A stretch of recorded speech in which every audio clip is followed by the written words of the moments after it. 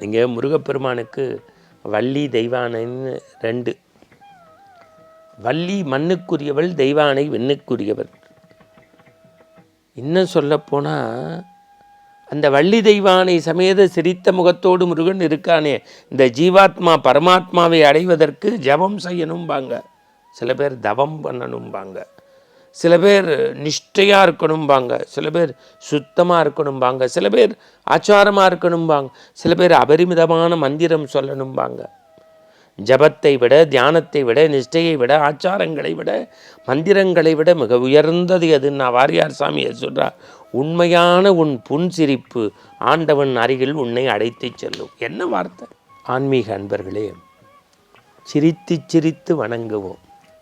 என்னது? சிரித்து சிரித்து வணங்குவோம். ஒரு எளிமையான உதாரணம் சொல்கிறேன்.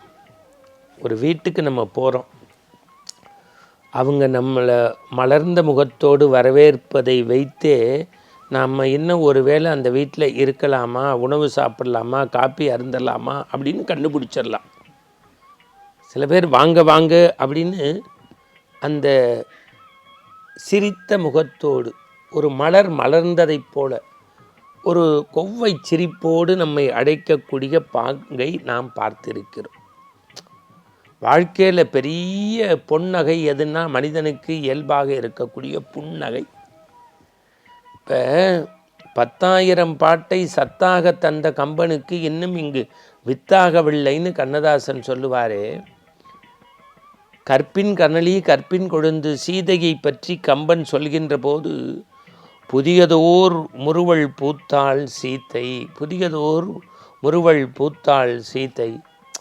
அந்த சீதையினுடைய சிரிப்பை பற்றி, அழகை பற்றி சொல்லுகின்ற போது நமக்கு ரொம்ப வியப்பாக இருக்கும். உதிக்கின்ற செங்கதிர் உச்சித்திலகம் மதிக்கின்ற மாணிக்கம்னு அபிராமிப்பட்டர் எழுதிய அபிராமி அந்தாதியை படித்தவர்களுக்கு தெரியும்.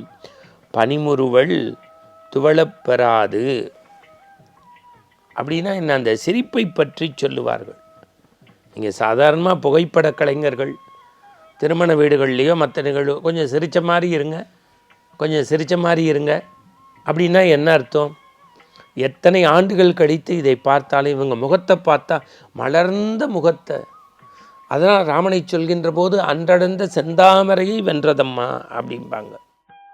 நான் திருவண்ணாமலையினுடைய அருணகிரிநாதருடைய வாழ்வியலை உற்று நோக்குகின்றேன். கோபுரத்தின் உச்சியில் ஏறி உயிர் மாய்த்து கொள்ள குதிக்கின்ற போது முருகப்பெருமான் தாங்கி அவரே அடியெடுத்து கொடுப்பார். முத்தைத்தரு பக்தி திருநகை அத்திக்கிரை சத்தச்சரவண அந்த அந்த அந்த அந்த திருப்புகழை அந்த நகைச்சுவை உணர்வோடு சிரிப்பை மையப்படுத்தி சொல்லுகின்ற போது, பொதுவாக முருகனே சிரித்த முகம், பால்வடியும் முகம், பச்சிலம் பாடகன், அறுமுகக் கடவுள், முருகன்னாலே அழகு தானே. அந்த சிரிப்போடு கூடிய முருகன் இன்னும் அழகுக்கு நீங்கள் அதனால தான் பழனியில் ராஜ அலங்காரம் பார்க்கணும்பாங்க, திருச்செந்தூரில் சந்தன அலங்காரத்தில் பார்க்கணும், திருத்தணியில் எப்படி பார்த்தாலும் முருகன் அடங்கு, சாமி மலையில் இன்னும்.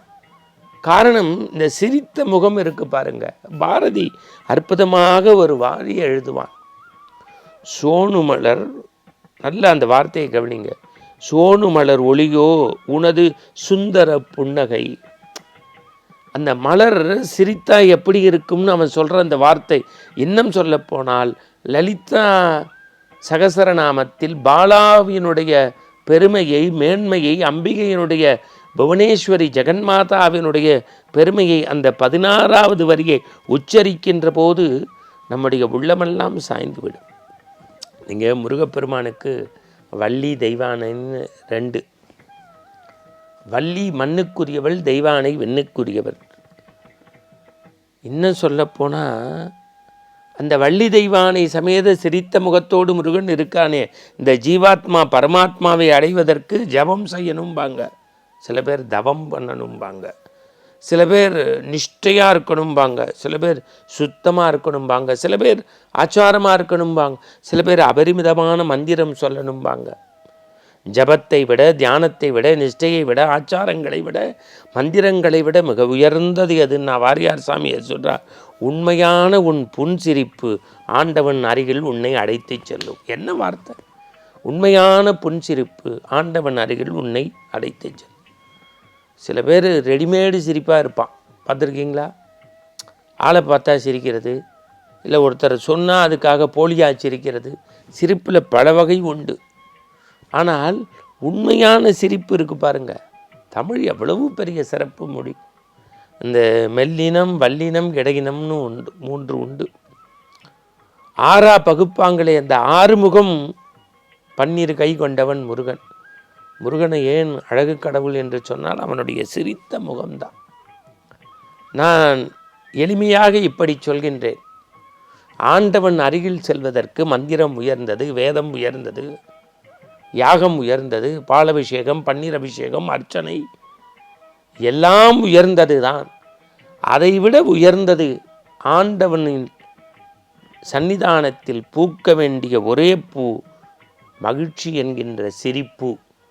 ஆண்டவனின் சன்னிதானத்தில் மனித மனங்களில் பூக்க வேண்டிய பூ மகிழ்ச்சி என்கின்ற சிரிப்பு. அதையே தனதாக்கி கொண்டு நானும் ஆண்டவனின் ஆனந்த அருளை பெறுவோம். மீண்டும் நாளை காலை புதிய விடியலில் சந்திப்போம். ஆனந்த ஆரம்பத்தில். வணக்கம்.